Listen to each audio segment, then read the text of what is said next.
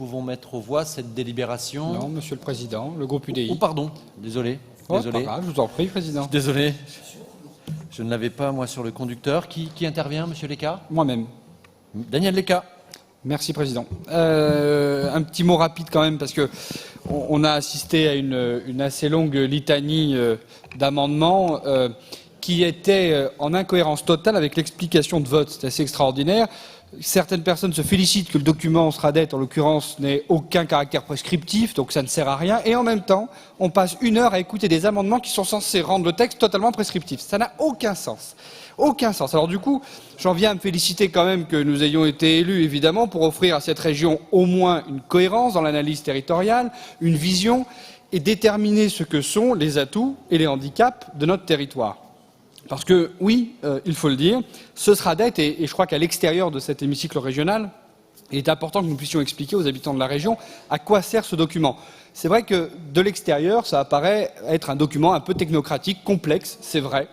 Mais en même temps, ce document est un puissant atout pour que nous puissions avoir une analyse précise je le disais, des qualités de notre territoire, de ses handicaps, et donc du coup de déterminer quelles sont les voies de progrès et quelles sont les forces sur lesquelles nous pouvons nous appuyer pour construire une stratégie de développement et d'aménagement du territoire construite, sérieuse et puis surtout ambitieuse. C'est vrai que les précédents schémas des anciennes régions ont été critiqués, certains d'entre eux n'ont même pas été adoptés et ont renforcé ce caractère un petit peu déconnecté du réel que pouvaient avoir ces schémas. Et d'une contrainte posée par la loi NOTRe de construire ce SRADET, eh bien, Valérie Létard et le président Xavier Bertrand ont réussi à le transformer en opportunité.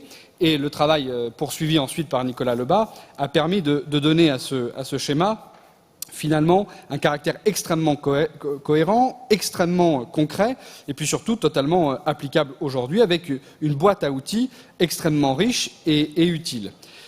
Ça a été une opportunité, je l'ai dit, puisque ça a permis, d'une part, de mettre en place une méthode très novatrice, avec une réelle concertation, coproduction avec l'ensemble des acteurs de la région, y compris ceux qui parfois avaient le sentiment d'être mis un petit peu de côté, et en particulier en ce qui concerne le domaine environnemental et les acteurs du monde agricole.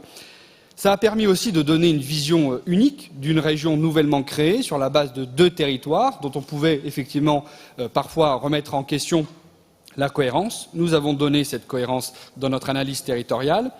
Nous avons aussi créé un espace de dialogue. Cet espace de dialogue a été d'ailleurs utile ensuite pour territorialiser l'action de la région sur l'ensemble des politiques publiques que nous menons. Et puis aussi dire que ça nous a permis d'avoir un document qui, contrairement à ce que j'ai entendu, n'a pas coûté grand-chose puisque nous l'avons produit en interne avec les services de la région, avec un engagement total de l'ensemble des agents de la région. Et je crois qu'il faut les remercier de ce travail de qualité qui, encore aujourd'hui, nous sert. On le voit bien, vous l'avez dit à de nombreuses reprises, il y a eu des adaptations dans ce document qui nous est présenté aujourd'hui. Nous avons tiré les leçons d'un certain nombre d'ambitions nouvelles, en ce qui concerne notamment le schéma régional des véloroutes, l'identification des axes ferroviaires sur lesquels des efforts doivent être portés, et puis nous avons réaffirmé une ambition forte en matière de réhabilitation thermique du bâti.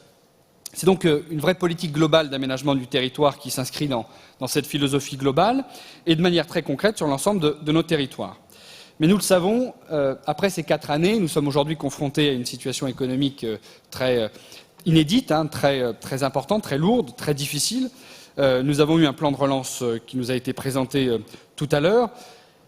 Là aussi, le SRADET pose les bases, donne des outils et devient totalement opérationnel dans cette situation. Et concrètement, grâce au travail qui a été engagé, nous pourrons mieux encore accompagner les territoires en tenant compte des spécificités que nous avons identifiées. Sur le volet économique et l'emploi, qui est encore tout au long de ce mandat notre priorité, le SRADET rappelle tout l'enjeu du canal Seine-Nord, du barreau ferroviaire Picardie-Roissy, du Brexit et de la priorité qui doit être donnée en faveur des projets de développement économique et de consommation foncière. Au travers de ce projet de SRADET et dans cette période de crise inédite, nous proposons donc aux habitants des Hauts-de-France de regarder dans la même direction, de créer cette cohérence territoriale qui est absolument nécessaire pour dessiner l'avenir. C'est la raison pour laquelle les élus du groupe UDI-UC voteront ce SRADET version juillet 2020 et nous tenons à souligner une nouvelle fois le travail qui a été accompli par l'exécutif pour que ce document puisse être, encore une fois, l'avenir de l'ensemble des habitants de cette région sur l'ensemble des compétences majeures qui sont celles de la région. Je vous remercie. Merci.